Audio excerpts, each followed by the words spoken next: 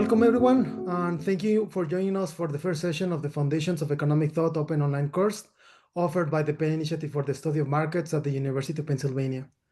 This course is designed to take you on a journey through the history of economic thought, from the ethical reflections of medieval philosophy to the powerful theories of the 20th century. We will explore how economic ideas have evolved and why their history still matters. Regarding the logistics, each session will run for 90 minutes, beginning at 11:30 a.m. Eastern Time. The first 60 to 75 minutes will be dedicated to the lecture, followed by 15 to 30 minutes of a live questions and answer session. While you are welcome to submit questions at any time via the Zoom's prompt function, we will address them collectively at the end of each session. All lectures, along with the accompanying slides, will be uploaded to our course website so that you can revisit them whenever you wish. Leading today's introductory session is Professor Jesús Fernández-Villaverde, the Howard Marks Presidential Professor of Economics at the University of Pennsylvania and the Director of the Penn Initiative for the Study of Markets. He will take us back to the early foundations of economics, beginning with the insights of ancient Greek thinkers like Aristotle and moving forward to the scholastic tradition in the Middle Ages. So without further ado, let us begin. Please, Professor Jesús. Thank you very much, Fernando. Let me share my slides. Very good. So without further ado, let me start our teaching. So in terms of motivation, I think it's not very controversial to argue that history of economic thought has become a relatively minor field within the broader area of economics. For instance, at the undergraduate level, it is still taught at many, but by no all means all departments of economics, but usually as an elective. It is more common in Europe than the United States, and even if I search from some hard data, I couldn't really find any. My guess is that probably only between 30 to 40% of undergraduate students take a class in history of economic thought. At the graduate level, the situation is even worse. At least in the US, it is rarely taught outside a few departments. If you look at the perhaps top 20 departments of economics in the United States, I think that only Duke still offers history of economic thought regularly at the graduate level. Moreover, it is often taught from a non-mainstream perspective, like Austrian or Keynesian or Safrian or Marxist, which, as valuable as they may be, also implies that it often disconnects history of economic thought from the conversation with mainstream economics. And if you look at the best and most cited economists, really after the passing of Paul Samuelson and George Stigler, it's hard to think among any of the leaders in the profession that work on the topic regularly. There are many reasons for this situation. Some reasons are good. So for instance, in terms of graduate school, economics has become such a vast field that it's nearly impossible to cover all the sub-areas of it, and even very large departments do not have the resources to do so. Some other are not so good. So for instance, we think that especially at the undergraduate level, it should be offered more often. And the reason we think that is because here at PISM, all of us teaching this course think that history of economic thought has indeed much to teach. So why? Why history of economic thought is worthwhile? Why are we inviting you to be with us for these 11 lectures? First of all, because at least for us, it is fun. We really love economics, and we are very curious about how economics develop and evolve over time. But it is my experience, at least, that history of economic thought is often the entry point into economics for many undergrads who care a lot about economics beyond its instrumental value. What do I mean by instrumental value? A lot of undergraduates major in economics because it's a good first step in a professional career, and that's perfectly fine with us. But sometimes you have maybe 20, 25, 30% of the undergraduates who really, really like economics a lot. And when I go with them for a coffee or a walk, I realize that more often than not, the first way in which they got hooked into economics was maybe reading about the discussions between Keynes and Hayek or between Friedman and Samuelson. We also think that history of economic thought should be part of a general liberal arts education, at least in the way it's understood in the English-speaking world. It's very hard for me to think that you can call yourself well-educated if you don't have at least the bare minimum knowledge about what Adam Smith, Karl Marx, or Keynes say about the economy, given how influential these thinkers have been in the 20th and 21st century.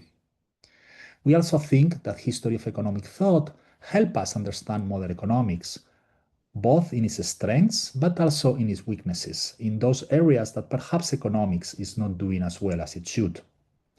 It helps us frame debates about normative aspects of economics within their larger context.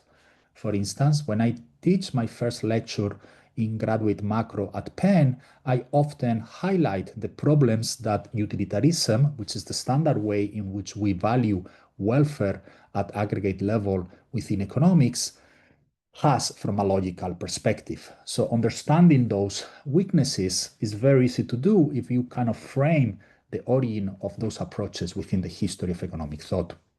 And finally, because history of economic thought can help us rediscover all ideas that may have been overlooked. Look, at the end of the day, the market for ideas is not always efficient. It may be that the ideas that get promoted are because they connect well with the social preferences at the moment, or they are well connected within the networks of knowledge within universities, or even more simply, because they are well founded by founding agencies or foundations. And it may be the case that very good ideas get forgotten or lost, or simply that the ideas were ahead of their time. I often cite Paul Krugman when he's talking about economic geography and how he points out that there were a lot of great ideas about economic geography in the 19th century, but that economists at the time didn't have the formal tools that we have today to work on them, and how he got inspired by reading some of these authors from the 19th century in many of his path-breaking contributions to economic geography. Now, we only have 11 lectures, so we need to make a decision. And the decision is, how are we going to teach? We don't have a full semester, or we don't have even a year-long sequence. So that choice will be hard. And we thought, after some reflection, that telling what we want to say in terms of histories will make a little bit of sense in the sense of intellectual biographies. What do I mean by that? That it turns out to be the case that for many, although not all, it is much easier to frame ideas and intellectual debates within the context of lives. So I often put this example. If you ask one of my nephews to summarize the 9 movies of Star Wars, they will do a perfect summary, and they will remember even the smallest details of the life of Anakin Skywalker. And yet, you ask them what they learned in a school about the history of Spain in the 20th century, and they can barely put 30 seconds together. It is much easier for us to think about intellectual biographies than thinking about more abstract frameworks. And for a class like this, which is online and with only 11 lectures, this may be a good fit. Of course, one must be very, very careful not to fall into mere gossip.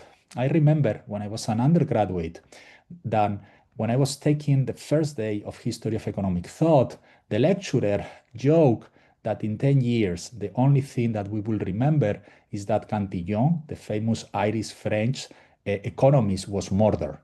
And it's probably true. You ask most of my classmates, and that's the only thing they remember. And you don't want to fall either into hagiography, thinking that Karl Marx or F.A. Hayek were perfect saints and everything that they say is the ultimate wisdom. They would probably have thought that position of reverence is a little bit silly themselves. Of course, this is not the only possible approach. And the very famous German philosopher Martin Heidegger referred to our approach as falling into the psychologizing or the biographizing fallacy. And what he meant by that is that by thinking about the lives of someone or an intellectual, you forget about the real content of his thought. He was famous because in his classes about history of philosophy, he will start, Aristotle was born, he brought books on philosophy, he died, and then he will enter into the books directly. Now, it also means that we will largely skip innovative approaches to history of economic thought, such as the study of intellectual networks, an area that I think these days is very important. And as well, we will need to have many gaps. I'm quite sure that as you go through the list of economists or people who thought about economics that we are going to present during these lectures, many of you are going to say, but where is Paul Samuelson, or where is John Hicks, or where is many other great economists? And we had to make choices. We are fully aware of them. And at least we hope that with the introduction we are going to give you, it will be a little bit easier for you to fill within those gaps. Now, how can you do that? How can you move forward beyond these 11 lectures? So we are going to do this in two different ways. First, we are going to introduce 4 basic books in the history of economic thought. And then as we go along, we are going to introduce many, many more.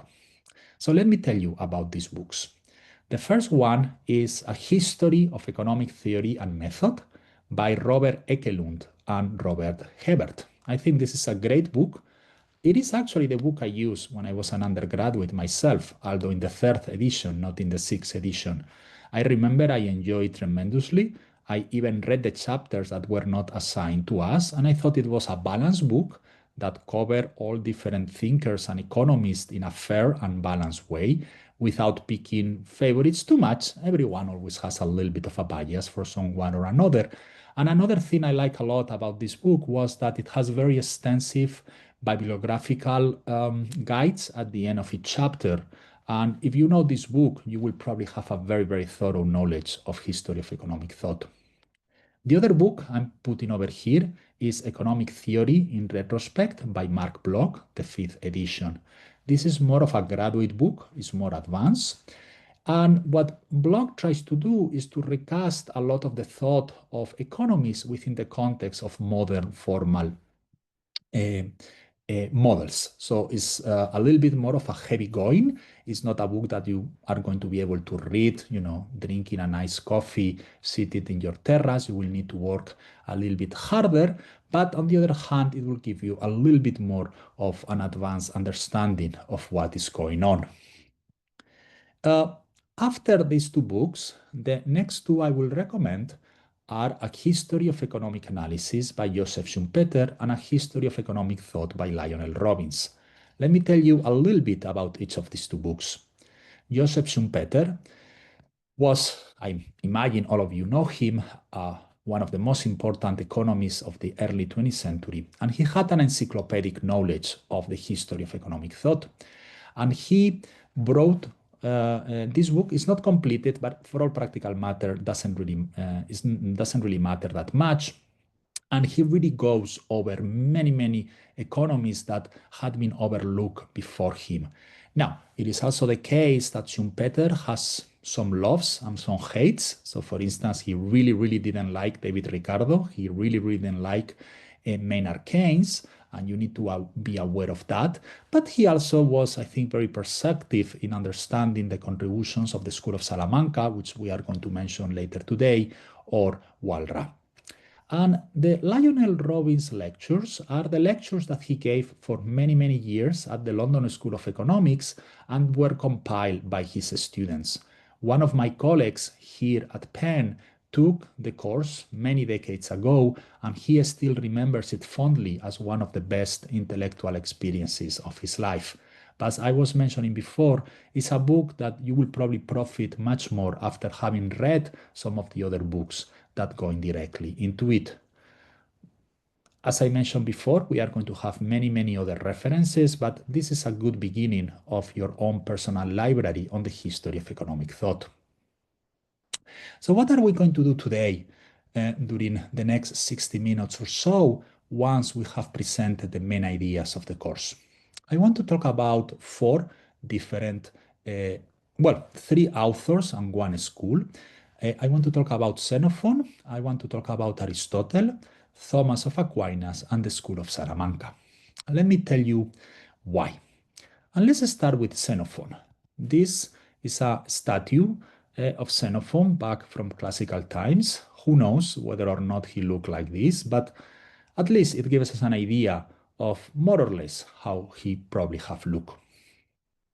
The interesting thing is that there are no substantial traces of economic thinking in Middle East civilizations, like in Mesopotamia, in Egypt, in ancient Israel, etc., beyond general statements about justice, like, for instance, what is the just tax that a king can impose on his subjects, and ethics, like how should a merchant deal with its customers.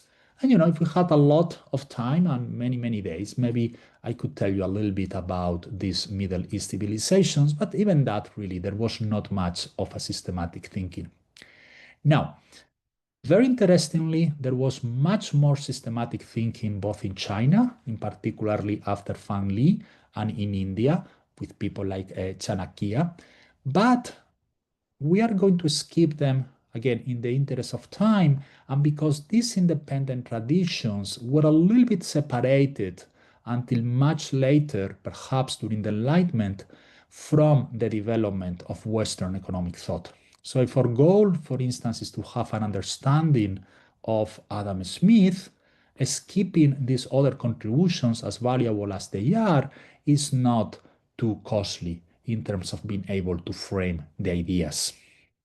And of course, we have, unfortunately, very limited sources from sub-Saharan Africa and from the Americas, because the type of writing systems that they follow before modern times, for a number of reasons, were less conducive to the survival of sources. And then we really know very little about their economic thought, although I guess that someone could work on the area and teach us many interesting things. But within the context of the Western tradition, really, the beginning of modern economic thought can be traced back to classical Greece. And this was a phenomenon linked with the broader emergence of philosophy, thought here not in the narrow modern sense of philosophy, but in the more general understanding of a rational thinking about the world and the way in which the world works. And this was probably linked with the enormous economic prosperity of the classical Greek world. For those of you who may not be fully aware of it, this is a map of the Greek world around the 4th century before the current era. And what you can see is that the Greek world not only included what today we will call Greece, but also a big chunk of Western Turkey, much of the Black Sea, even parts of North Africa, Sicily, and the south of Italy, what it was called Magna Graeca. And just to give you an idea, by now we have estimates that suggest that classic Athens, even once you have control for the fact that they have enslaved people, probably had a higher income per capita than modern Athens until the early 20th century, which, if you think about it for a second, is quite breathtaking. And this big prosperity led to a very deep social transformation and the flourishing of ways to think about the world that were based on reason and analytic approaches. I need to say at this moment that the study of classical economic history was traditionally divided between the so-called modernist and the primitivist. The modernist, for instance, led by Josiah Ober at Stanford, highlighted that classical Greece had really turned a corner in terms of the use of markets and exchange and became a very modern economy. While primitivists, led by the famous British historian M.I. Finlay, however, thought that that was not the case, and that the Greek economy looked much more like the traditional so-called moral economy based on reciprocity of moral obligations and not abstract exchange. Nonetheless, I think that, and very open about the fact that I consider myself a modernist, and that I think that the evidence over the last 20 and 30 years had fallen clearly on the side of the modernist and not on the side of the primitivist. So what did the Greeks do when they started thinking about economics? Well, yes, on one hand, the Greeks were the first to think systematically from a rational way about economics, but we should not oversell them either. The German British historian M.L.W. Leisner compile all the extant texts that we have from the Greek tradition in this book, Greek Economics, Introduction and Translation, and depending on the edition, is only around 240 pages. So of course, that doesn't mean that we have even the equivalent of a full textbook. Now, of course, we also need to understand that a lot of what we keep from classical antiquity is a very small subset of what was actually written, and that is mediated by the choices by monks and other scribes in the early Middle Ages about what to keep and what not to keep in terms of copies. So who knows, maybe there were much more work done in economics, and monks in the 7th century just didn't think that this was that important. But what were the ideas discussed by the Greeks? If you want to learn more about those, please let me point out the book by Todd Lowry, The Archaeology of Economic Ideas, the classical Greek tradition, which is the best source of information about this topic. The Greeks were very, very interested in division of labor and specialization. They noticed that modern societies are based on division of labor, and they asked themselves about the sources of that division of labor and the patterns that led to some specialization. Actually, if you read some of the Greeks, you will realize that the famous pin factory of Adam Smith is not that novel in the history of thought. The Greeks thought a lot about private property. What are the origins, justification, benefits, and negatives of private property? They care a lot about value. Why do some goods have some value and not others? And the relation between value and prices, an issue that is going to be a central topic in economics until the 20th century. They care a lot about trade. I guess that's as today in the United States. There were big discussions to which extent a city, a polis, a city-state should allow for international trade or not. They care a lot about exchange, under which conditions exchange should be allowed or not allowed. Is exchange fair or not? They started thinking about money, and we will come back to that when we discuss Aristotle. And in particular, they care a lot about why do we have money, what is the source of money, what are the characteristics of good money, and thinking about, for instance, the interest rate, when there is going to be usury and there is not going to be usury. And finally, they spent quite a bit of time thinking about the economic organization of society and public finance for the city-state. And this is interesting because it's only really in the 19th century that in the Western tradition, we are going to come back to economic organization of society as a central topic of discussion. And if you read in the Middle Ages or even in the early modern era in Western Europe, there is really not much talk about that from an abstract perspective. Of course, people will still talk about value and trade, but not asking, as Plato did in the Republic or the Laws, about the fundamental economic organization of society. Well, in terms of this systematic thinking, certainly the person that we need to highlight the most is Xenophon, who lived between around 430 before the current era and 354. That makes him squarely a contemporary of Plato, the famous philosopher, of course, and Aristophanes, the playwright. In fact, all the contemporary sources we have about Socrates, and this will come back later and it will be important, come from these three authors. Xenophon and Plato wrote Socratic discourses, and Aristophanes mentions Plato in the Clouds, one of his plays making fun of him. As far as we can tell, Xenophon was born in Athens to an aristocratic family, and he probably participated in all the political upheavals of his age in Athens, which, if we had more time, we could describe in a lot of detail. But from our perspective, probably what we want to highlight is that he was a soldier, and from his experience as a soldier, a historian. He participated in the so-called expedition of the 10,000. Cyrus of Persia, who was the ruler of this province here in green, tried to take the power from the throne of a king of Persia or emperor of Persia from his brother. And he actually hired a bunch of Greek mercenaries, and Xenophon was one of them, a senior officer.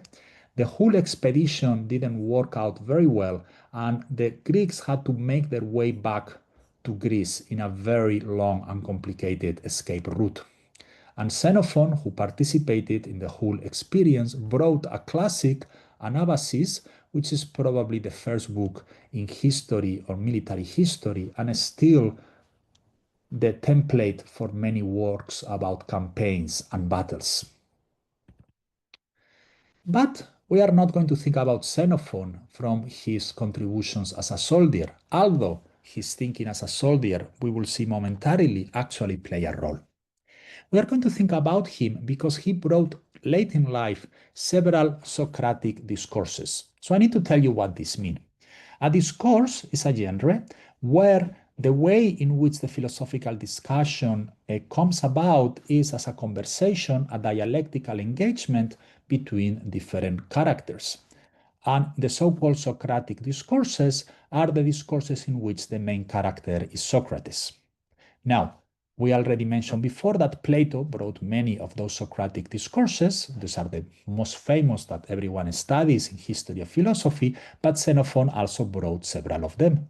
And one of them, which in fact is not really a discourse, it's a discourse within another discourse, is called Economicus.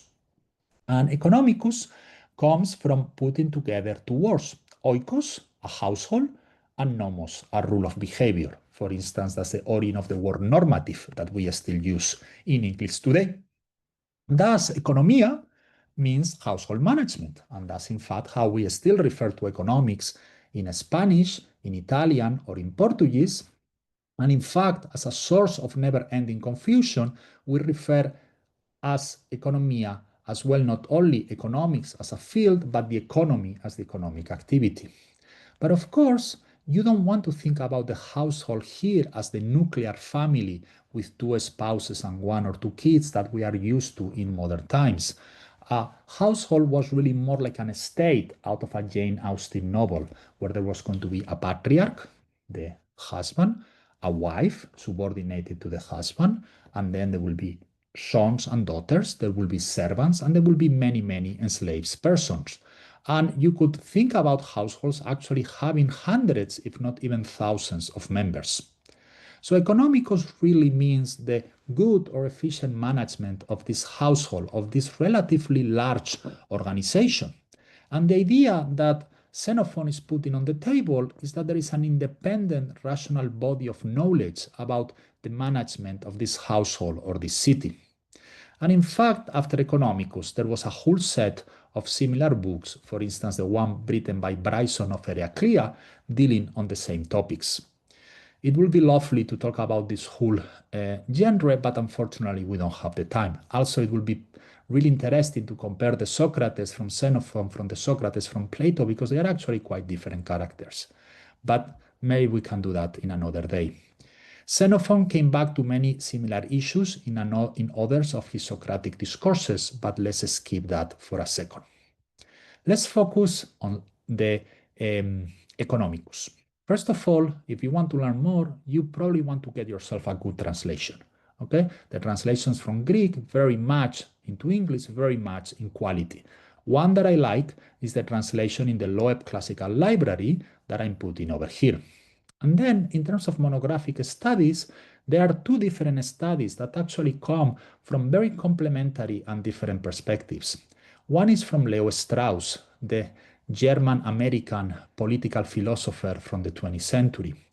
And he does a very careful interpretation of Economicus, and in particular thinks about how Economicus is really a book about virtue in a very ironic way.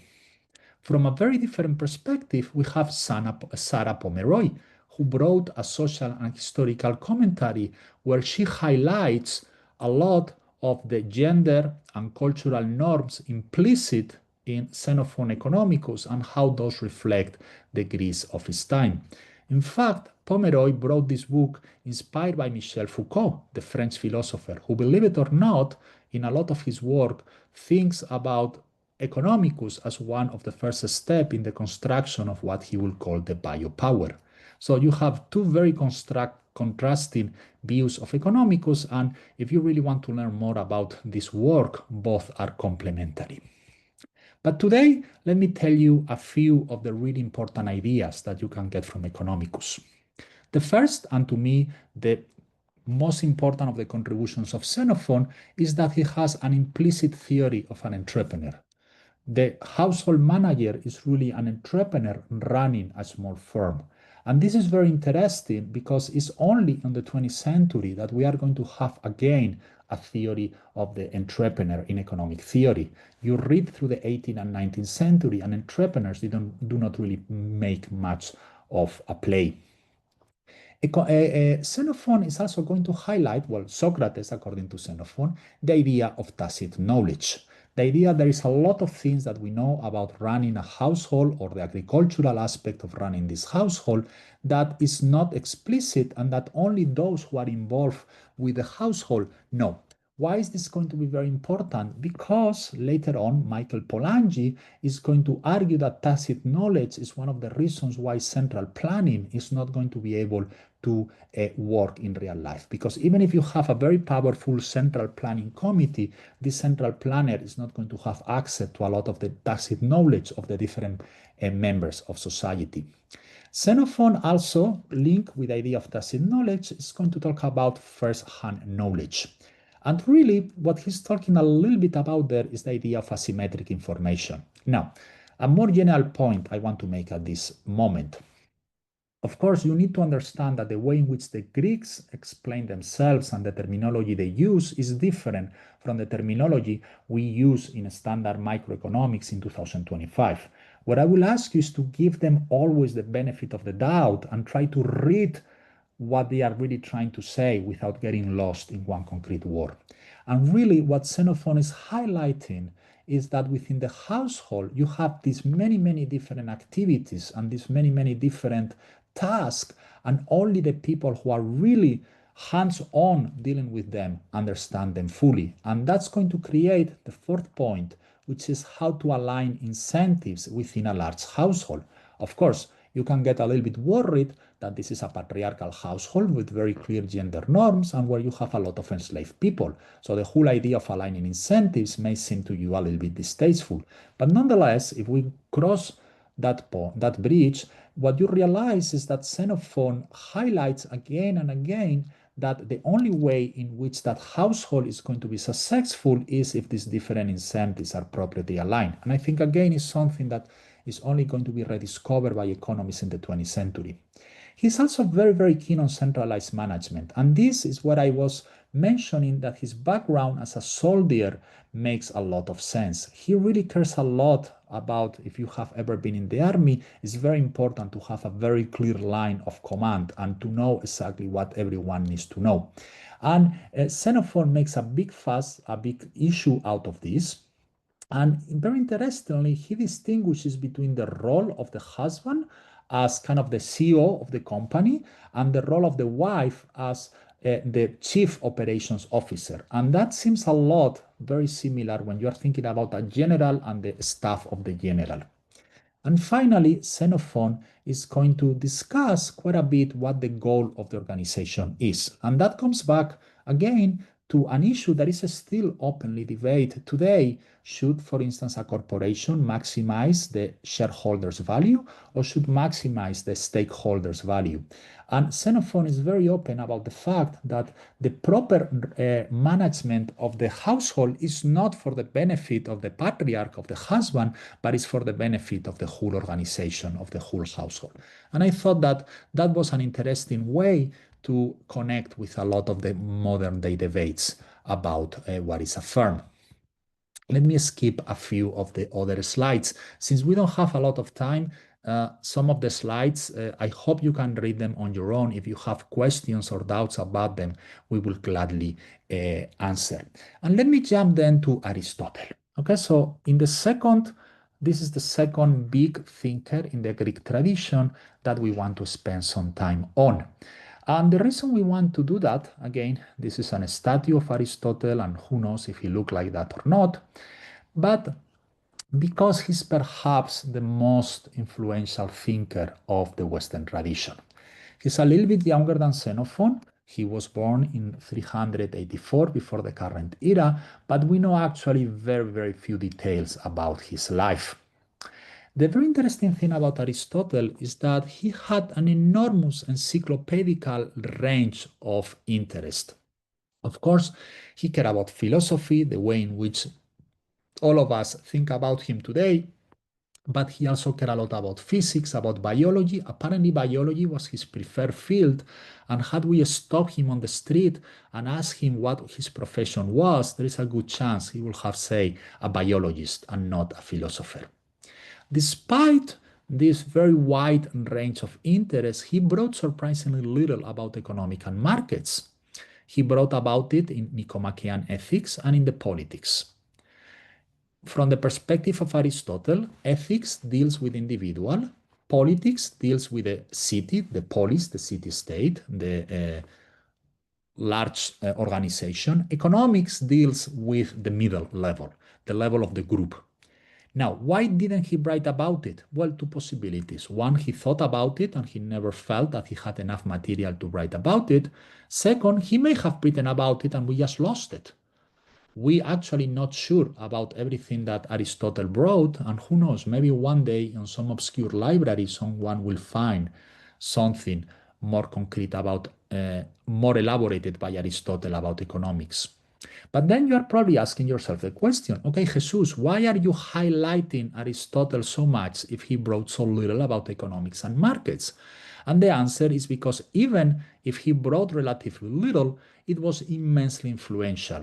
And one can argue that a lot of the discussion about economics for the next 15 or even 17 centuries within the Western tradition is a consequence of an engagement with Aristotle. So again, it's not the quantity of what you write, but the impact of what you write. Now, the literature on Aristotle will fill entire libraries, so I need to be enormously selective. Oxford University Press has a very, very nice series called A Very Short Introduction to X.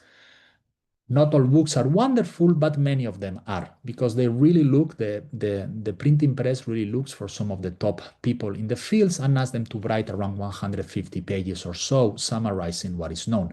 And the one by Jonathan Barnes, Introducing Aristotle, is one of them. If you want to focus more only on Aristotle economic thought, Scott Makeley has spent a lot of his life thinking about this topic. So let's quickly summarize some of Aristotle's ideas about economics.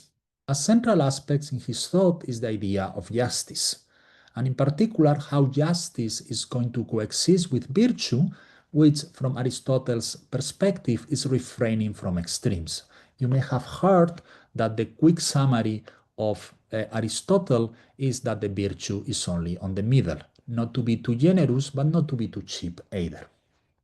Aristotle defines justice as equal things to people equal in status and unequal things to those of unequal status. Of course, these two short sentences pack a lot of content that we need to unpack carefully. In particular, Aristotle is going to distinguish between commutative justice, distributive justice, and reciprocal justice. And it's in his discussion of these three justices that is going to develop his economic ideas. What is commutative justice? The relations of equal to equals. So for instance, the relation of one firm with another firm. What is distributive justice? The justice involved in the relationship between a superior to inferiors. So I'm a professor, it will be my relation with a student. And the reciprocal justice will be the ruling particular to exchanges. When we are going to exchange something, it can be a good, it can be a service, it can be a favor. And what Aristotle highlights is that exchange becomes a fundamental aspect of any modern society. Why? Because division of labor. And this is, I really think, one of the deepest insights that Aristotle puts on the table that we are going to be dealing with in some sense for the rest of this course. That any society that goes beyond the bare minimum of survival is organized around the division of labor. And consequently, we need to exchange the goods and the services that come from that division of labor, and we need to think exactly about how we can do that. And from the perspective of Aristotle, this requires a reciprocal and fair exchange of value among parties. And then you can see that we are starting to talk about things like fairness and things like value. Now, what he then is going to, Aristotle going to think about it is, well, even before dealing with these ideas of exchange, we need to first understand how goods will be allocated in society and then how we are going to let agents exchange those goods. Okay? And there are two ways in which you can think about this. The first one is, where does the original allocation of goods come from? And second, what type of transactions of goods are allowed? And then we can go back and ask ourselves whether or not that exchange is going to satisfy reciprocal justice. Interestingly enough, Aristotle did not have much to say about the first question. What is the original allocation of goods in a society? He didn't really ask himself much about the origins of the social order in which he lived. But he emphasizes a lot in the Nicomachean Ethics that in an exchange economy, the exchange should always be based on some form of reciprocity. Now, this may seem at very abstract or maybe not very applicable in real life, but perhaps a way to move forward is to understand that what I think he's trying to say using modern microeconomic theory is that any type of exchange should be free and there should be no market power by any of the two sides of the transaction. And in the absence of that market power, we are going to achieve that reciprocity. Okay? And that's what I think he really means by fairness in exchange. And he has this very classic example of exchange between a house builder who builds a house and a shoemaker that builds a sandal. And he even uses mathematical notation, an alpha, a beta, a gamma, and a delta to talk about this. And he's going to bring to the table, I think, an issue that is very important from my perspective, which is the differences between exchanges that we do in bilateral context and exchanges that we do in a market. So when you take intermediate microeconomics, we tend to think about markets, situations where there are many buyers, many sellers, and that leads to an aggregation and a price, and that price places an allocative role. That's the type of Walrasian view of the world. And within that Walrasian view of the world, we can introduce things like market power, a monopoly, an oligopoly, etc. But it turns out to be the case that a lot of the transactions that happen in real life are not really mediated through a full market, but through a bilateral exchange. So think about, for instance, the exchange that I have with my research assistant. It's not that there are thousands of professors hiring research assistants and thousands of research assistants selling research assistantship services to professors. It's really me with my research assistant. And that's why in modern economic theory, we have search and matching. Why search and matching is such an important part of graduate education. And what we know from search and matching is that in a situation like that, in general, prices do not play an allocative role. Prices are going to be determined by some bargaining protocol, and the outcome of that process is not necessarily going to be Pareto efficient. And I think that's what he really had in mind, that in a traditional society like Greece, where maybe markets, even if we take the modernist view that markets had developed a lot, still a lot of the economic interactions were not based on abstract markets. One needs to think of bilateral exchanges. And in these bilateral exchanges, you are going to have bargaining protocols. And those bargaining protocols do not necessarily need to lead to any type of Pareto or allocation. No, you need to do a little bit of work to think about all these things from the very short description of Aristotle, but nonetheless, to me, that was always a very important contribution. Let me skip the next table since we are running a little bit behind.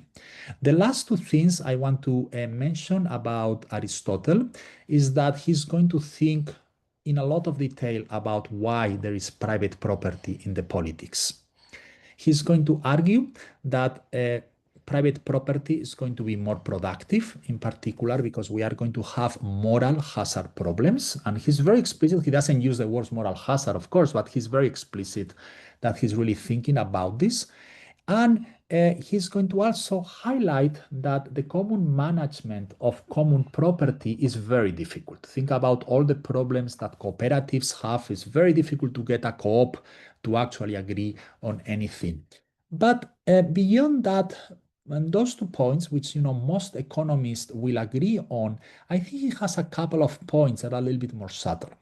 One is that property in itself gives pleasure to the owner, that we get some satisfaction out of owning a house. This is something that actually first-time homeowners highlight all the time, that they are really happy about not the housing services that they get themselves, but about the pride in owning a house. And in fact, there is a line in behavioral economics. Richard Thaler at Chicago, for instance, had made this point many, many times. And, as brilliant as Richard Thaler is, in some sense, he's only following on the steps of Aristotle.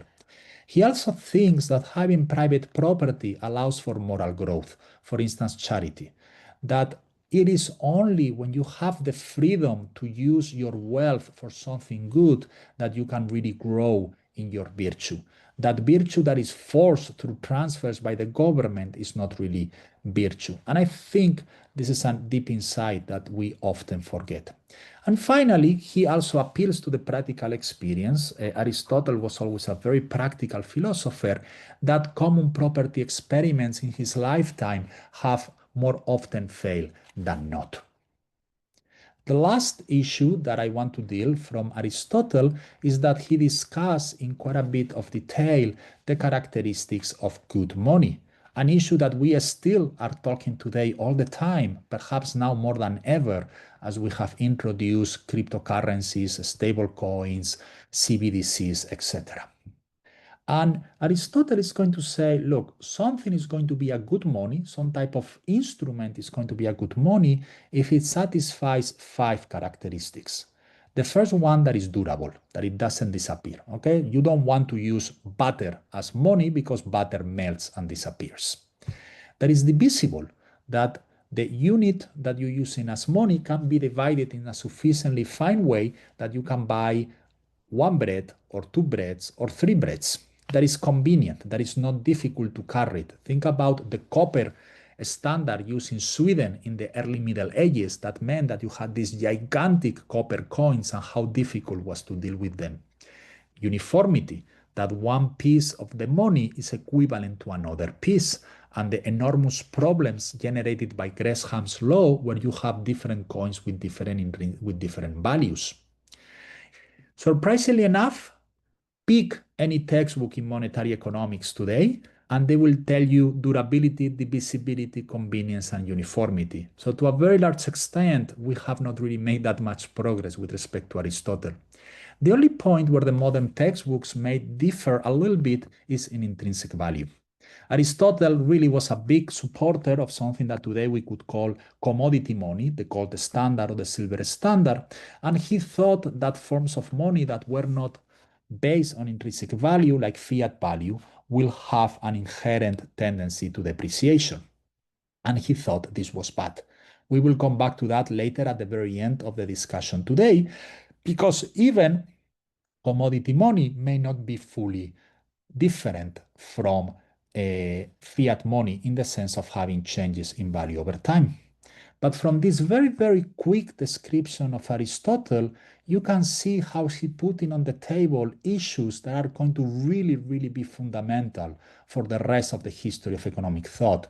He's talking about, look, what is exchange? How is exchange determined? What are the values behind, excuse me, I'm going in the wrong direction. What are the values? This table I skip over here. He's going to talk about the law of cost. He's going to talk about the law of demand. Should or not we have private property? Should or not we have good money? And again, he brought so little about it that it's not that he developed these full ideas, but many, many thinkers in the Western tradition are going to engage constantly with Aristotle for the next 22 centuries. Now, remember I mentioned at the beginning that unfortunately, because of time limitations, we are going to be forced to make big jumps. We are going to be jumping now all the way from Aristotle to the scholastics. And that's like what, around 16 centuries? Well, yes, it's unfortunate, but on the other hand, there was not a lot of innovative economic thought in Roman times. Of course, there was Roman law, which is going to be very important and we'll come back later, a great contribution to economic life, but it's not really about economic thinking.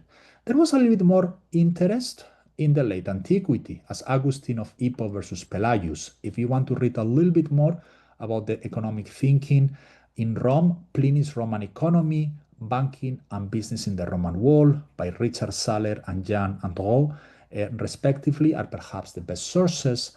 And if you want to read about how Augustine of Hippo set down Christian thinking about wealth for the next centuries, Peter Brown, Through the Eye of a Needle, is an absolute classic. By the way, Peter Brown is, in my humble opinion, one of the top historians of the last 100 years, and he just published a couple of years ago an autobiography and life in Journeys of the Mind, a life in history that is absolutely delightful. And Peter Brown completely changed of understanding about late antiquity. Then, of course, in the early Middle Ages, there is going to be a general decay of intellectual life in Europe. There is not a lot that can be done. There is going to be much more economic thought in the Islamic world, like Al-Ghazali. But as I was mentioning before, since we are going to make a conscious decision to focus a little bit on the Western tradition of economics, because that's the one that is really engaging, the thinkers are engaging with each other, let me skip Al-Ghazali. And that means that, again, we are going to make this enormous leap to Thomas of Aquinas. This is a painting of Thomas of Aquinas. On this, we probably know that he looked a little bit like that. And in particular, you will probably notice that he was a very big man and that he was not thin. And Thomas of Aquinas was apparently well known for having a hearty appetite. So Aquinas is probably the peak of a movement called scholasticism. And scholasticism just means the philosophers and theologians from the Middle Ages that comes from the schools, from scholasticus. It's the same root that we say that someone is a scholar. And this is directly linked with the appearance of universities in the 11th and 12th century in Europe as the centers of intellectual life. And to some degree, many of us are still linked with universities, so we are the heir of that movement. That's a fascinating story. If I really had time, when I teach undergraduate history of economics, one of my favorite lectures is to talk about the appearance of universities, in particular the rediscovery of the Roman law, the corpus juris civilis, let me say it in the classical pronunciation, and how that completely transformed the world. By the way, the rediscovery of Roman law is, to me, the best example ever of what F.A. Hayek will call the appearance of an spontaneous order. And also very related with it was the creation of the Dominican order. Within the Catholic Church, in comparison with other religious denominations, they are religious orders. And those, they have different emphasis and focus. And the Dominicans, which are called the Blackfriars, if you ever stop at the subway station in London called the Blackfriars, or if you walk through Oxford and you see the Blackfriars College, that's why they refer, because the Dominicans had a garment that was black. were created by Saint Dominic of Guzman in 1216 from Spain, and this was an order fully dedicated to the study and education. In fact, Thomas of Aquinas is a Dominican. And the scholastic approach is the dominant methodology during the late Middle Ages. And it's a methodology that places a lot of an emphasis on dialectic and structured discussion. So, for instance, there were a very clear set of rules about how to have a debate, what they will call a disputatio. And when I explain those, and I wish I had a little more time to talk about disputatios, sometimes students or economists like, oh, that seems a little bit silly. But then I remind them, well, think about how we organize seminars or peer review in economics nowadays. A seminar usually lasts 90 minutes and is very well structured. There is an introduction of around 15 minutes, a development of the main theme, a conclusion, Q&As, etc., or a peer review. You get a referee report that has summary of the paper, main point, subsidiary points, suggestions for improvement. Those are very, very well organized. And it's probably because the only way in which you can keep a constructive engagement is through some structure in a discussion. Just think about how discussion happens sometimes on the internet. It's a bit chaotic, and in my opinion, often it leads to nowhere, precisely because we don't have much of a structure. Also, something that you need to keep in mind is that theology and philosophy back then encompass not only what we would call today philosophy and theology, but what we will also call social sciences and humanities, and there were no clear distinctions among them. Of course, later scholasticism acquired what I think is a largely unfair bad reputation. There were a lot of silly stories about scholasticism. You may have heard the idea that scholastic theologians discuss how many angels could fit on the head of a pin. That's completely false. It's a complete fabrication. And nonetheless, scholasticism has survived, and even today there is a very vibrant movement called analytic scholasticism that tries to merge the analytic philosophy tradition of the English-speaking world with traditional scholastic ideas. Something that is enormously important to understand about the scholastic tradition is that it's really built about the rediscovery of Aristotle. And that links us what we were saying before. During late antiquity, Plato, well, not really Plato, the Neoplatonist interpretation of people like Proculus or Plotinus becomes dominant. Who knows if that's really what Plato had in mind? The Neoplatonists say yes, other people say no. And it becomes much more of an influential thinker in the West than Aristotle. In fact, if you look at most of the Christian theology during the early centuries, is firmly rooted in Neoplatonism.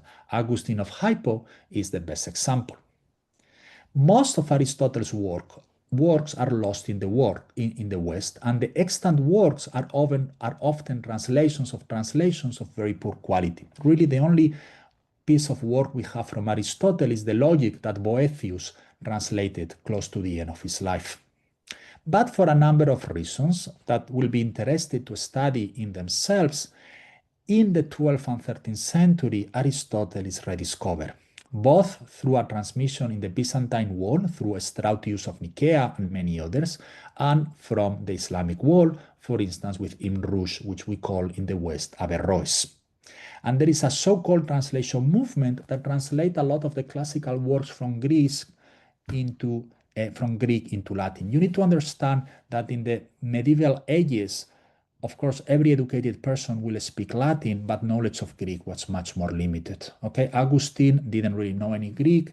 Even Aquinas' Greek was not the best.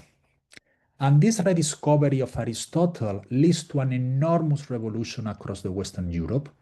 Historians refer to this as the Renaissance of the 12th century, and to a very large extent, I will be happy to defend in public the idea that the Renaissance of the 12th century was more important for the intellectual development until today than the Renaissance of the 15th and the 16th century. So who were the main members of this scholastic thought? You have the father of the school, Anselm of Canterbury, and then you will have Peter Abelard, Albertus Magnus, who was the professor who discovered Thomas of Aquinas, Bonaventure, Thomas Aquinas himself, and later on Duns Scotus and William of Ockham. We don't have the time to talk about the scholastic thought, but Etienne Gilson brought a classic book, which is a delightful experience to read, History of Christian Philosophy in the Middle Ages. I'm also recommending Joseph Pieper. Why? Scholasticism, because he's the main representative of what today I mentioned is called analytic scholasticism, which is the mix of the analytic tradition with the scholastic inheritance. Now, let's focus a little bit more on scholastics and economic thought. And the absolute leader in this field is Odd Langholm, a Norwegian professor of economics. I think he's 97 or 90 years old, so unfortunately, I don't think he can really teach anymore. Otherwise, we will have tried to invite him to teach in this course. But he brought two fundamental books, Price and Value in the Aristotelian Tradition, which very clearly highlights the links between Aristotle and what we are talking about today on the scholastics, and later on, The Legacy of Scholasticism in Economic Thought. And really everything that I'm going to tell you today is built on Langholm's tradition. But instead of spending time on the whole scholastics, which will be impossible to achieve in just one lecture, let's focus on Thomas of Aquinas, which is probably the most influential Catholic theologian ever. He was born in 1225 in Roccasecca in Italy, at the time was the Kingdom of Sicily, from an extremely powerful noble family that had been in the forefront of the fight between Italians and the Pope on one side against the Emperor Frederick II on the other hand. When he's young, he decides to join the Dominican order. He was the seventh brother, and it was very clearly from early on his life that he was not destined, because of his character and predisposition, to the military and political life that his older brothers will lead. But what his parents thought is, well, that's okay. We are going to make him a Benedictine, which was the Benedictines were at the time the prestigious order. And, since we are so powerful, he will eventually become the abbot of Monte Cassino, the mother convent of all the Benedictines. But to their surprise, Thomas says that he wants to join the Dominicans, that he's interested in the life of the mind above anything else, beyond, of course, his religious calling. And the family hates it, to the extent that his brothers kidnap him. They put him on a tower. They sent a courtesan, and you can imagine what courtesan really means, to seduce him. Aquinas kind of kicks her out of his room, and he escapes thanks probably to the help of one of his sisters. He's going to study at Paris, University of Paris, through Albertus Magnus. Most of his classmates thought that he was not very good, and that's why his nickname is the obstinate ox, or the dumb ox. But that was really only because he thought that he will only speak when he had something to say. Albertus Magnus nevertheless discovers him, and he has a relatively short life. As you can see, he dies in 1274, incredibly productive, more productive than any economist that I can imagine. I always joke that, that was thanks to the fact that he didn't have emails to answer. And in fact, he didn't even write at the end of his life. He has a beatifical vision of heaven, and he feels that after that he cannot write anymore. And among his very, very notable works, perhaps the best known is Summa Theologica. And to think about the enormous importance of this work, imagine that every single work in the Catholic tradition, in Catholic theology, is lost except the Summa Theologica. We will probably have kept 90% of the content of Catholic theology anyway. Again, enormous literature on Thomas of Aquinas. Let me go back to the very short introduction. Fergus Kerr is very short, very clear. And we are lucky that recently two very wonderful books have been published about Aquinas' view on the economy.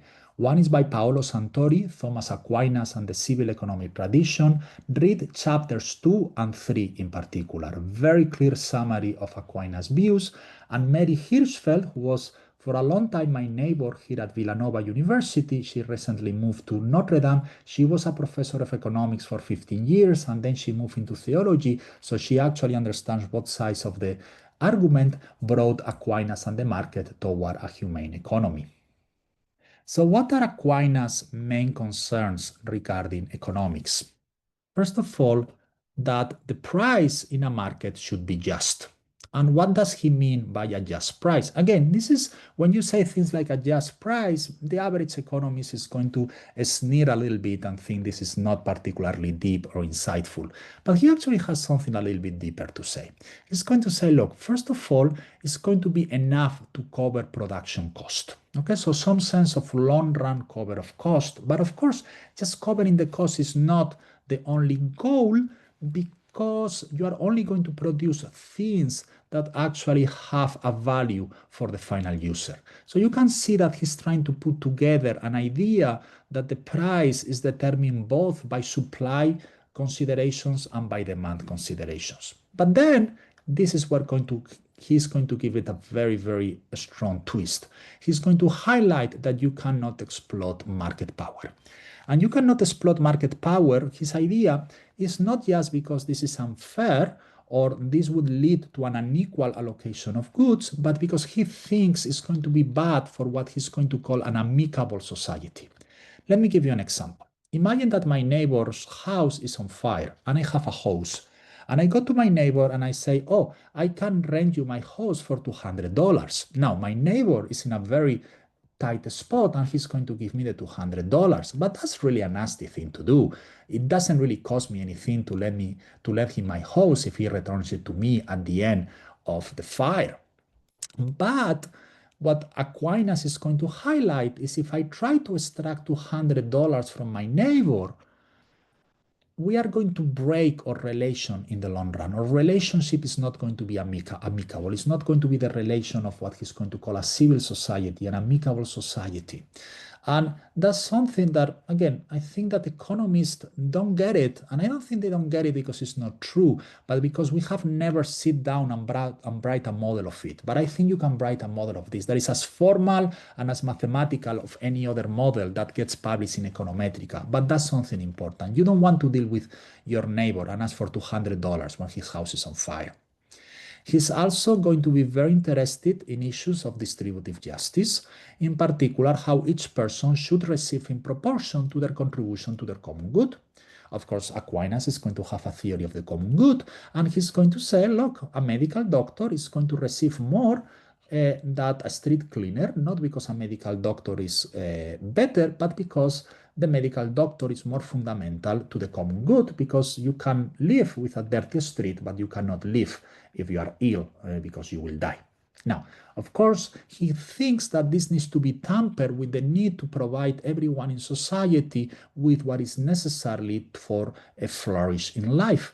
And this is what is going to lead to the appearance of the concept of social justice in the 19th century. And the main person who is going to work on that is Luigi Tapparelli, a Jesuit priest from the 19th century, who really developed both the idea of social justice and subsidiarity, the idea that everything that needs to be done at the society needs to be done at the level that is closest to the individual and is compatible with efficiency. And if you want to read more about it, this book by Thomas Aquinas just came out. It's actually quite nice. It's interesting because, by the way, a lot of the people who talk about social justice, you will hear the expression social justice warriors, tend to be associated with extreme left, when Luigi Tapparelli himself was actually what today we will call quite extreme right. And finally, Aquinas is going to deal a lot with usury.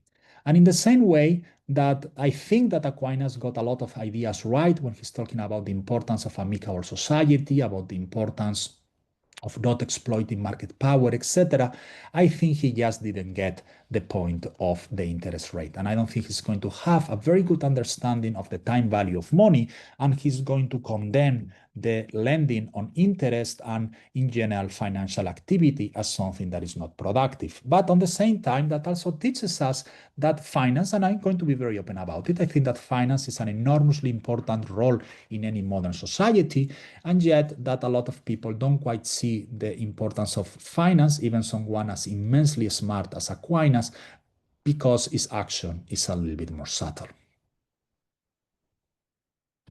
Okay, and the last thing I want to talk today very, very quickly is the School of Salamanca, who is really the natural continuation of Aquinas. And here the main figure is Francisco de Vitoria. This is a portrait from the 1950s. So again, we don't have any clue of this is really how Vitoria looked like. But let me point out he was a Dominican, so you can see here his black garment, as I was mentioning before.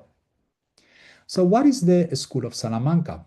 This is a name that a German professor of law, a historian of legal history, Wilhelm Endemann, gave to a group of scholastic theologians that live and work around the University of Salamanca, one of the oldest and most prestigious universities in Western Europe.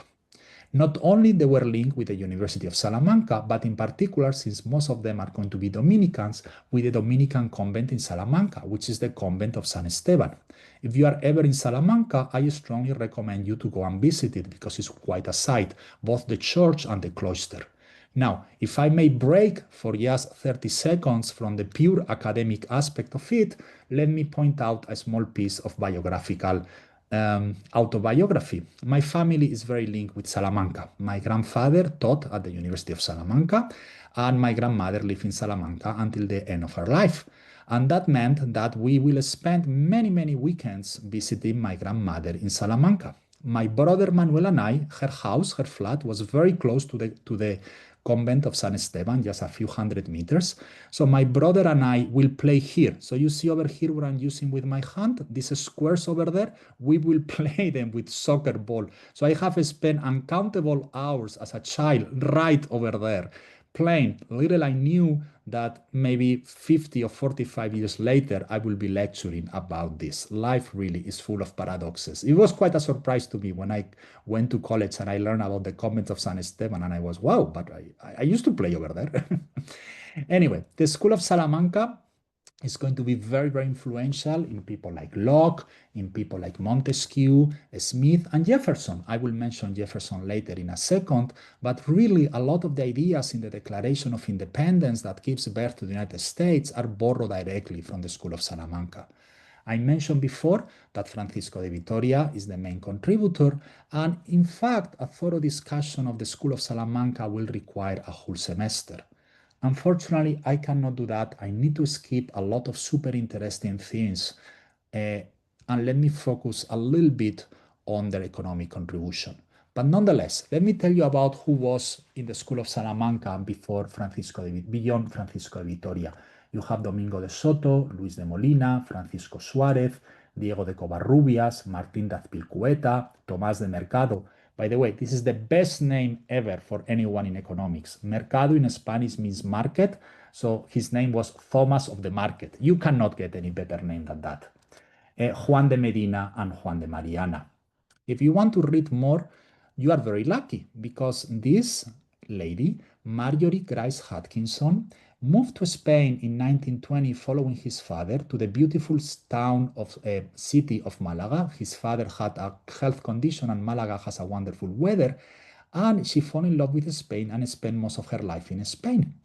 And nonetheless, she did a PhD in economics at London School of Economics, and F.A. Hayek, who was her advisor, recommended her to write on the School of Salamanca. Hayek knew about this through Schumpeter, the connection with the very beginning of this lecture. And there are two wonderful books, The School of Salamanca. This book, in addition to it, is free to download on the internet, and Early Economic Thought in Spain, 1177 and 1740.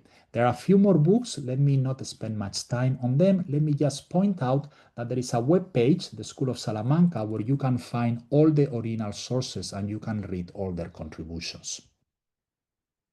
So let me tell you a little bit about the School of Salamanca, their historical context, so we understand their intellectual biography. They come from a tradition of the revival of scholasticism. In particular, scholasticism had gone a little bit dry and boring at the end of the Middle Ages, and humanist philosophers didn't like it that much. I thought that was silly. I particularly of the opinion that Renaissance philosophy is a little bit shallow, but that's another discussion. But this was really the goal of trying to reviving scholasticism. It's also a response within the Catholic Church against the Protestant Reformation. For instance, a lot of the thought of Luis de Molina or Francisco Suárez is precisely about that. And because of the discovery of America by the Europeans. When the Spaniards and the Portuguese arrive to the Americas, they are going to find the indigenous peoples. And they are going to ask a lot of questions like, is it right for us to conquer them? Is it right for us to make them subjects of the Catholic king? Is it right for us to force them to convert? And those questions led to a lot of deep thinking by the School of Salamanca. So, for instance, Francisco de Vitoria is going to develop the modern concept of natural law. The idea, natural law doesn't mean the law of the jungle or the law of the, might is right. No, it means that before the existence of a positive legislator, there is a set of norms that exist in all of us because of our human condition. And if you think that sounds a little bit strange, I will just invite you, and this is where I come back to Jefferson, to read the Declaration of Independence, where Jefferson writes that there are self-evident truths like all men are created equal with certain rights and with the ability to pursue their own happiness, and that those are before the existence of a legislator. And in fact, when the legislator is against those rights, you have a right to rebel. So you can only understand the frame of mind of Jefferson and many of the founding fathers of the United States if you go to the natural law that really comes in its modern formulation from the School of Salamanca. Francisco de Vitoria, with Hugh Grotius, the famous jurist from the Low Countries, is going to be the father of the modern international law. He really is going to use gentium is not the old way to refer to international law. They are going to deal a lot with issues related with sovereignty, what is the right of a sovereign to extract power or to exert power on its subjects. And the School of Salamanca is going to develop a theory of rebellion, of when can you rebel and even kill a king. And that's going to make the School of Salamanca, or at least some of its members, quite the rebels. And, a lot of kings are really not going to like them. So let me tell you about 3 members of the School of Salamanca, just as a very short introduction. This chap over here, and now we know how he looks like because that's a painting, contemporary painting, is Diego de Covarrubias. He was an immensely learned jurist, probably the greatest canonist of his time, and a statesman. What is a canonist? The Catholic Church is run by something called the canon law. So, for instance, we just had the election of a new pope. The procedure that elected that pope is established by canon law. So a canonist is just an expert on the law of the church. He was probably the best canonist of the 16th century and perhaps one of the top 10 canonists of all times. And what he's interesting from the perspective of economics is because he argued that private property is a natural right. And not only he argued that, by the way, Aquinas didn't argue that private property is a natural right. He only argues convenient, but that is not a natural right. Okay, so it's kind of a lower level of justification. But more importantly, that individuals have a right to the products of that property. And this is something that is going to have a lot of impact on the Enlightenment. It's going to have a lot of impact in people like David Hume and Adam Smith. On the other hand, Diego de Covarrubias also thinks that private property must be ordered towards justice and the welfare of the community. So he's not a libertarian in any sense of the word. But to me, my favorite passage from Covarrubias is that he is the first who very, very openly writes down a subjectivist theory of value that goes beyond the obvious, because he writes, value does not depend on the essential nature of the object, but on the subjective estimation of men, even when that estimation is absurd. And that's what we do in modern micro. We say there are preferences, we take those preferences as given, we don't discuss those preferences, we just move into understanding what the preferences are about or what the consequences are. The second member of the School of Salamanca I want to mention is Martín de Azpilcueta. He was born in Navarre when it was still an independent kingdom. And his general insight was that commodity money is a good like any other.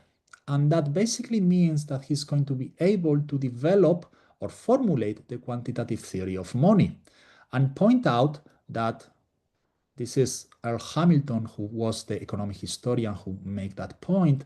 The arrival of the enormous amount of gold and silver from the Americas increases the supply of commodity money, and you can see how that leads to the big so-called price revolution in Europe during the 16th, 17th century.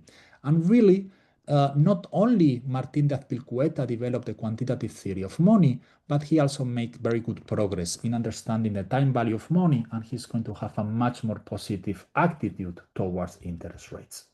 And quickly, Juan de Mariana, very famous for being one of the strongest defenders of the idea that you can kill a king if he's not the proper king.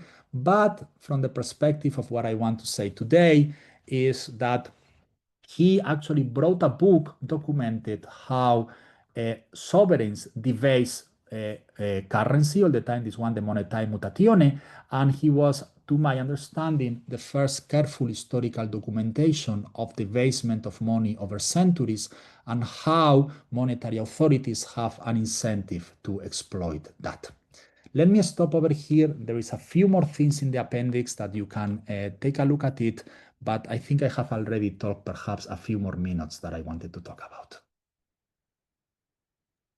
Thank you, Jesus. So let's go into the questions and answer session. We have many.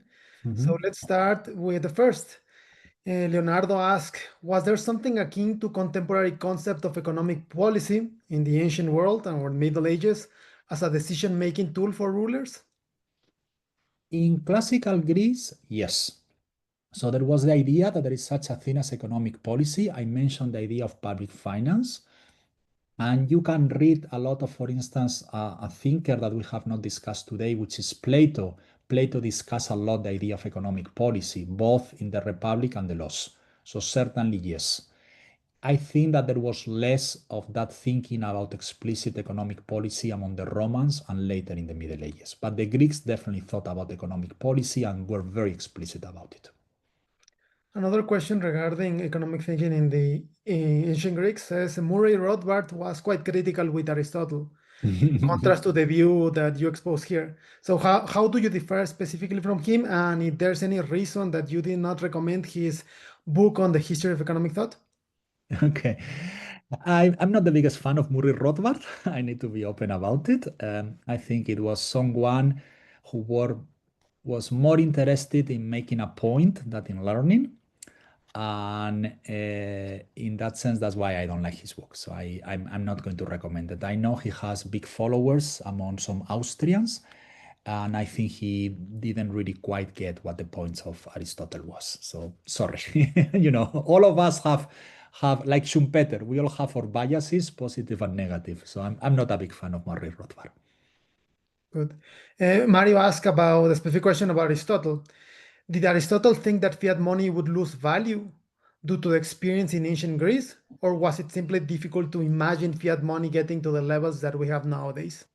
Is the second case. So there was very little about fiat money in ancient Greece. There were some experiments or something that look a little bit like fiat money. But basically, Aristotle thought that departing from commodity money was nearly impossible. Faris then asks, is there any comment that you have about the economic thought from the Arabic Persian tradition? If Khaldun discussed the labor theory of value and the Laffer curve centuries before Marx and Arthur Laffer. Yes. So, okay. So first of all, I fully agree. If Khaldun is very interesting, Al-Ghazali is very interesting.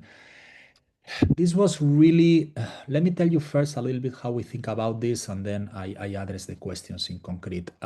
Since we only have 11 lectures, we had to make decisions about what to leave in and what to leave out. And we thought that even if Khaldun or Al-Ghazali and many other members of the philosophical tradition within the Islamic world had very interesting things to say, their influence within the Western tradition is relatively minor. So if we want to understand how Hayek or how Marx thought about the world, I don't think it's very important to understand how these guys thought about the world. Now, that's not taking anything down from their value as contributors in an objective sense. It's just that I don't think that if you had to stop Karl Marx in the street and ask him, what do you think of Al-Ghazali, he will have said anything. So it's kind of hard for us to think about it in that way. And that's why we are more thinking about the line between Xenophon to Aristotle to Aquinas to the School of Salamanca, because it's very clear that Francisco de Vitoria learned from Aquinas, and Aquinas learned from Aristotle, and Aristotle learned from Xenophon. Another comment says that if you could go over what you skip in slide 28 briefly in terms of the evolution of law of cost and law of demand in the Middle Ages. Oh, okay. Yes, I can. Let me do this very, very quickly. So this is actually a table that I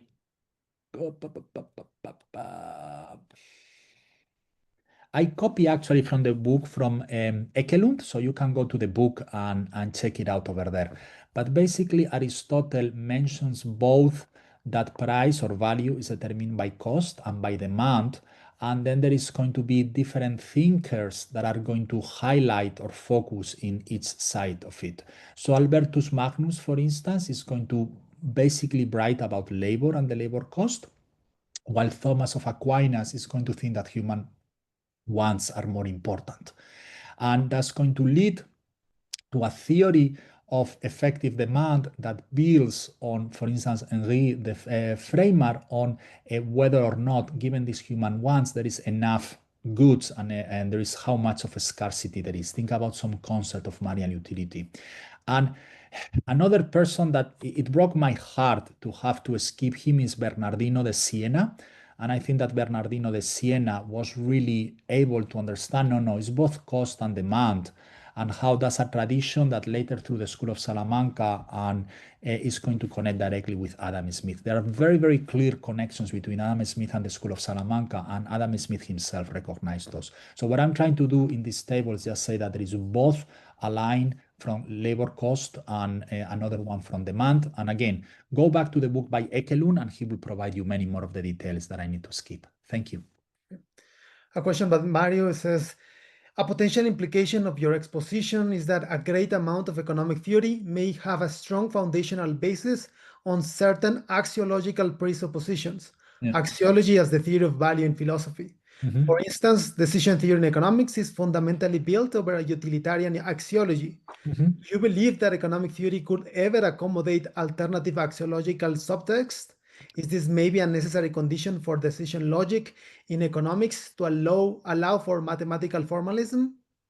So the quick answer is no. So I think there are so the modern decision theory and math came together as a bundle, but I don't think that bundle is necessary.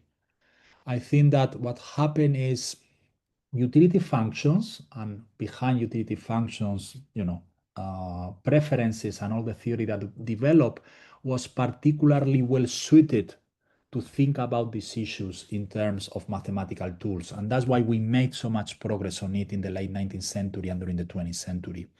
But if you actually follow a little bit what has been doing over the last 20, 25 years in decision theory, you will realize that decision theories have been able to come up with much more general setups. So for instance, there is a lot of work in decision theory trying to justify things like Epstein's gene preferences. I don't know how many of you have heard about this. There's a lot of work in decision theory trying to justify ambiguity aversion. There is a lot of work in decision theory trying to think about behavioral biases. Wolfgang Pessendorfer at Princeton have written beautiful papers about this. So my view of the world is that the toolkit of mathematical economics is really flexible enough to incorporate a lot of different views about the world. Just recently, Jim Heckman from Chicago, with a couple of co-authors, which I'm embarrassed to say I don't remember their names, has a paper where they try to use modern mathematics to think about a formalization of the virtue ethics by Aristotle. And I keep telling my students this is something that is very valuable, that right now we know enough math and we know enough about how to build models that you can get rid of a lot of the assumptions from the past, because those are not essential on the idea of building a modern model. Marcus asks, does the theory of just price stands outside the notion of positive and normative, which is standard in modern economic thought? Yes, it definitely does. So that's something I was going to come back later on. And that's absolutely true. So in modern economics, you will say, oh, this is the way, for instance, go back to a bilateral exchange. This is the way in which two agents interact through a bargaining protocol. Let's think about a Nash bargaining, and that's the outcome, and that's what happens. While just price theory is more about how you should exercise your power in this Nash bargaining protocol. On the other hand, What I will say in favor of Aquinas is that he understood that there are aspects of economic life that are relevant to analyze, even if he thinks because of a normative reason. But coming back to my point about the amicable society, I think that when economists write a very simplistic model of an Nash bargaining between two agents and miss the point that perhaps the person who gets less of the surplus is going to be unhappy about this outcome, we are missing something that is positive, not normative. We are missing something about how this person is going to interact with other agents in society. So, in that sense, yes, it's outside the idea of normative versus positive economics, but it has something to say important about positive economics as well. Now we have an economic history question regarding the last part of the lecture. Did inflation affect the competitiveness of the Spanish economy after the price revolution? Okay, so this is the traditional story that a lot of people have put on the table. Let me go back to it. So the idea basically is, yes, you have all this gold and silver arriving to the Spanish economy, and this kind of completely kills the export, the manufacturing sector in the Spanish economy. Spain sadly suffers from a Dutch disease where you have a resource. It's a little bit like you are a country in the Middle East and suddenly you discover a lot of oil. I think that yes, that the preponderance of the evidence is that the classical story that, or the classical argument that Spain's manufacturing sector got completely killed because of the arrival of gold and silver is probably more true than false. So yes, I agree with that. Okay, Hector asks, was there any antiquity thinker who wrote about economic growth and its causes from a macro perspective? No, that's actually quite interesting. So economic growth is not really an issue that is going to show up in the history of economic thought at the forefront until much later. Maybe Marx is in some sense the first person who really thinks about economic growth very openly. Even reading Adam Smith, Adam Smith is more about the state at which a country can have some type of steady state. Uh, Even Malthus has that same view. David Ricardo definitely has that view. And I think it's because really until the middle 19th century, we do not have that many historical experiences of sustained economic growth. So economists or people engaged in economics just didn't think this was something you should spend time about because that's not part of their experience. And in that sense, is Marx really the first economist who spends a lot of time thinking about economic growth because it's the first economist who really has experienced decades of economic growth and how that is absolutely transformative. Hermes asks about the just price theory. Is that a formulation, a new formulation by Aquinas, or it was introduced by someone else, and how it differs? Okay, so really the person who first talked about it in detail is Aristotle. I went a little bit fast over there. I apologize. Is over here. When in Nicomachean Ethics, he's talking about how the house builder and the shoemaker should try to exchange things. What is really interesting about Aquinas is that he takes the kernel of what Aristotle has to say, which is really only a couple of paragraphs, and develops a much more sophisticated and nuanced theory of the just price. So I will say first key insight or first kernel of the argument is Aristotle, but Aquinas is the one who really develops it in detail. An attendee asked about early thinkers about Mesopotamia, which is Yeah, not mentioned that much. yeah. He thinks that the Code of Hammurabi was the first formulation of laws of commercial entities. So, was there no economic thinking behind it? Okay, so there was actually a slide I skip. This is a still from a movie. I don't know how many of you will recognize it. It's called Back to School. It's a movie by a very funny American stand-up comedian from the 50s to the 1990s, Dangerfield, Dangerfield, and the movie is about a very rich man has made a lot of money in the textile industry, but he's completely uneducated, and his kid is enrolling college, and the kid wants to drop college. And the father says, okay, no, let's do the following. I'm going to enroll in college with you, and in that way, we do it together. And uh, the reason I put this is because this is the first class in economics, and this is the professor of economics. And he starts the first 5 seconds of the class saying that he's going to talk about um, inflation and deficits and economic growth, but then immediately he turns around and starts talking actually about businesses. And I think this is important to distinguish that on one hand, we have economics as the field who thinks about how societies are organized, how exchange operates, how agents make decisions versus businesses or I don't know which financial organization about how we should organize the business life. And I think that the Code of Hammurabi is much more about the second than the first.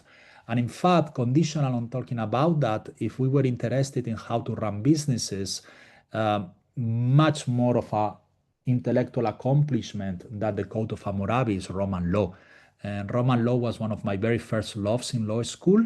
It's really amazing. I can see myself in a counterfactual life becoming a professor of Roman law, and really.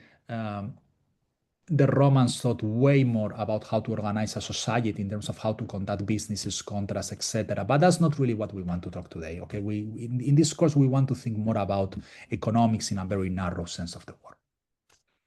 Alvaro asks about what effects did the School of Salamanca have during the period of colonization and what implications it had for the non-Spanish speaking world, such as the Englishman, non-Spanish and non-Catholic speaking world. Yeah.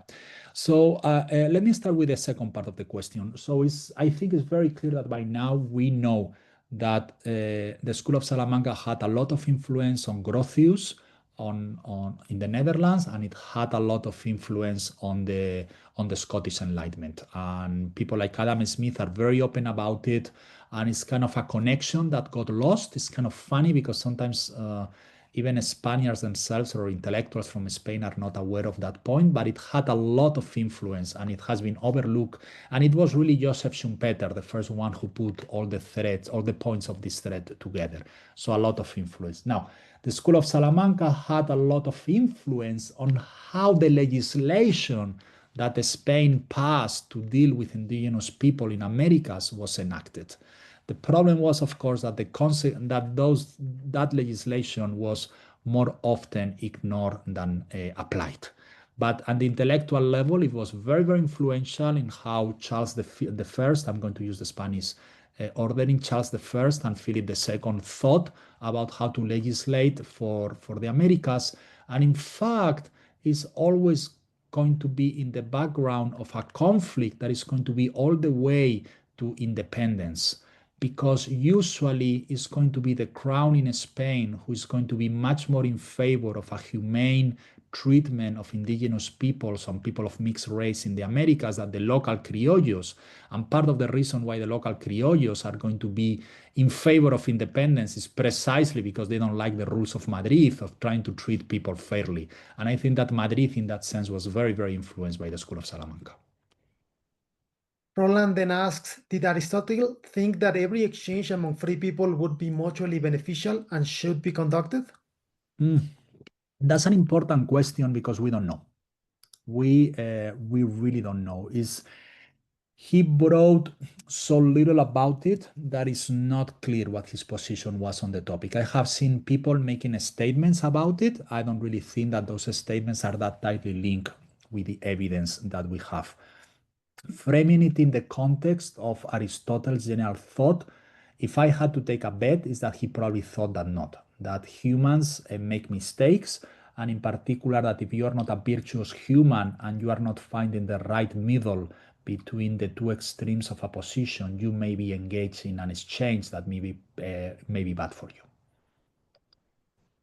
Farid then asks, do you think economics as a field could only have emerged as a full-fledged discipline with the arrival of capitalism and the Industrial Revolution? Arguably, it will be difficult to come with the marginalist way of thinking in the middle century, when production was mostly organized locally within self-contained communities, rather than centralized markets. I mean, there is something to it. There is certainly something that to that idea that a lot of the thinking we have had, like a theory of the firm, can only really appear when you have large firms. That I agree with you. On the other hand, if you go, for instance, to what I was mentioning before of Diego de Covarrubias, this quote from him about the subjectivist theory of value, it's very clear that he's already getting a lot of the basic insights of the subjective theory of value well before there is anything like the Industrial Revolution. So I will say that argument has a little bit of a kernel of truth, but I think there is also some nuances that one needs to be aware of. And one last question. What is your opinion on the book Worldly Philosophers by Robert Heilbronner? How do I put it in a nice way? Okay, let me put it in this way. It's a nice book to give to a 15-year-old guy. Okay, so you have your nephew ask you, oh, I want to learn a little bit about economics, and he's 15-year-old, and you don't really want to give him Schumpeter. Okay, that's a little bit more.